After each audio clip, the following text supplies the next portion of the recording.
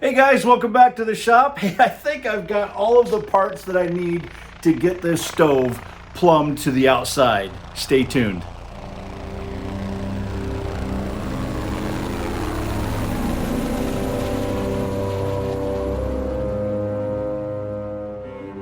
This is a 1911 Lang Pacific, which is made in Seattle. It says right on it, F.S. Lang Manufacturing Company.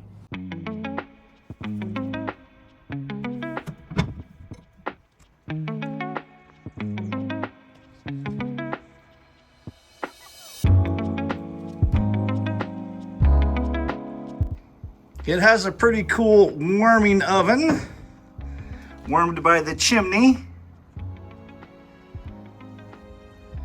It's a pretty decent sized oven.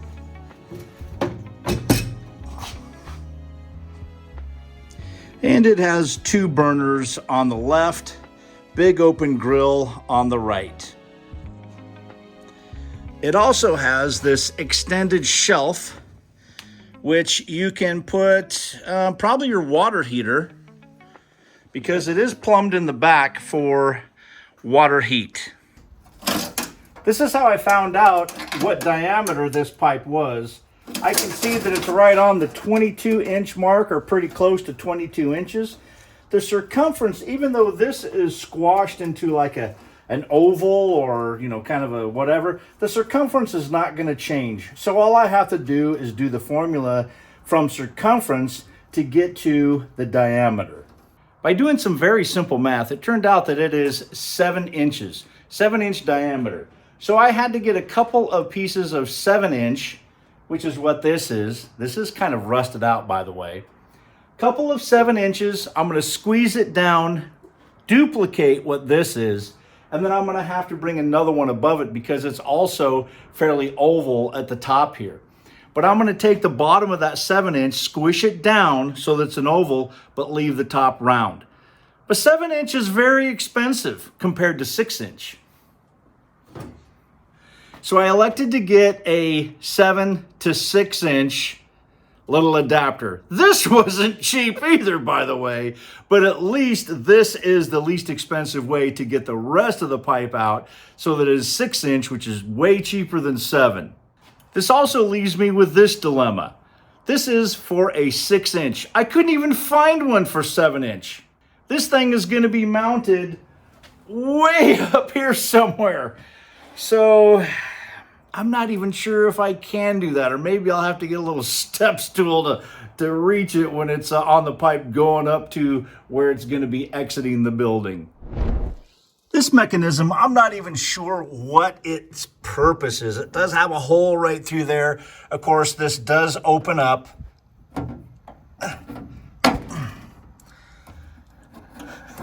Damn, it is stuck.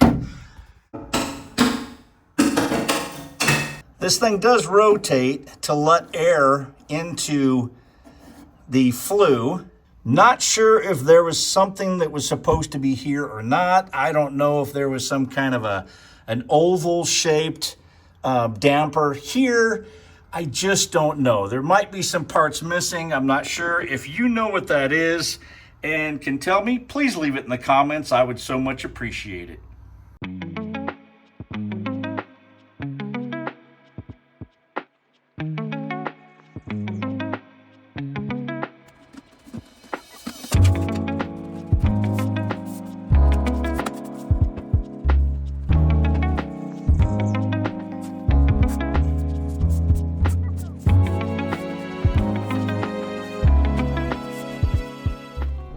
After fighting with it a while, I finally had to just take this and kind of bend it out just a little bit, tap it up out of the way to make this hole just a little bit bigger.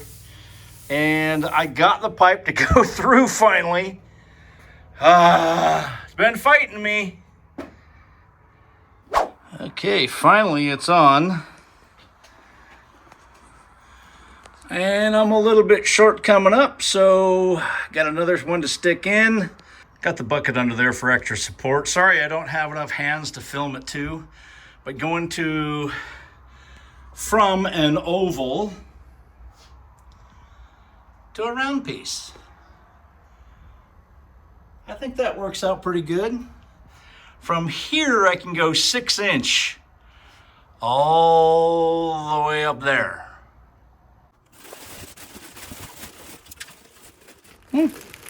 Not bad.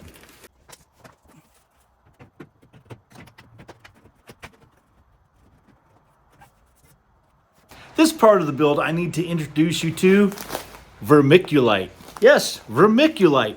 It's cheap and it doesn't burn. That's what I'm going to use for insulation. Vermiculite.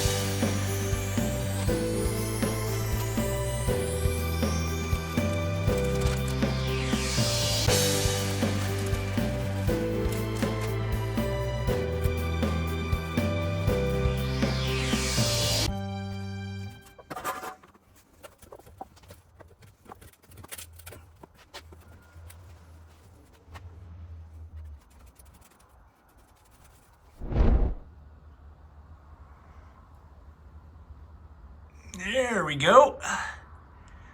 Yep, so when I cut that hole, at least those other boards will be still supported.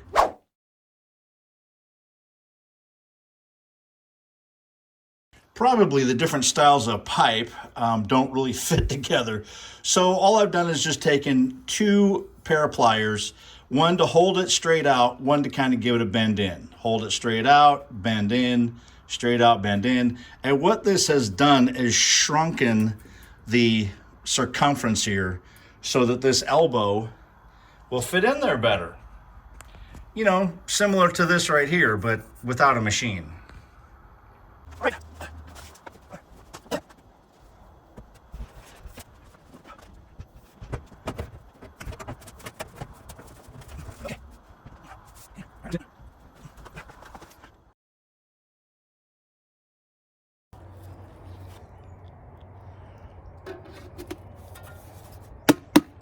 Clean out.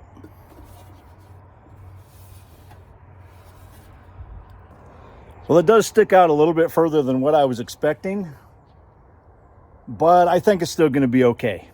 Hey, it's away from the roof.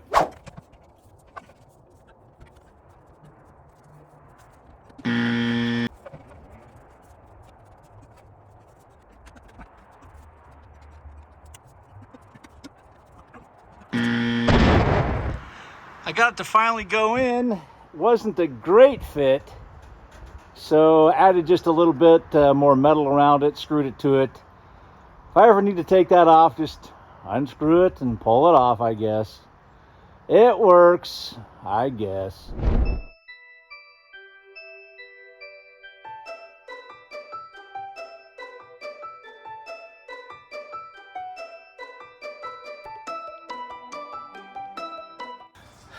Well, I think I'm ready. This will be the first time that this stove has been lit in, I don't know, might be 15 years, 20 years. First time. I'm gonna make a small fire. I'm also gonna use these. These are what I make out of egg cartons There's a little bit of sawdust and wax in there. I've got some videos to show you how to do that if you want to make them, but I think I'm going to use this. I thought also about maybe doing a old-fashioned fire where, you know, I strike it, blow it into flame, and then set it off, which would be totally cool. But I think around 1910, 1911, they already had matches back then. So I'm getting kind of anxious. This is what it's going to be started with.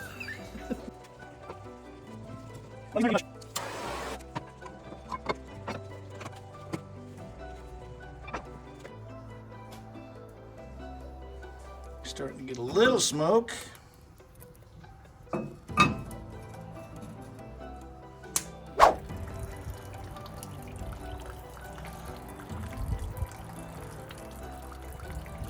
There we go.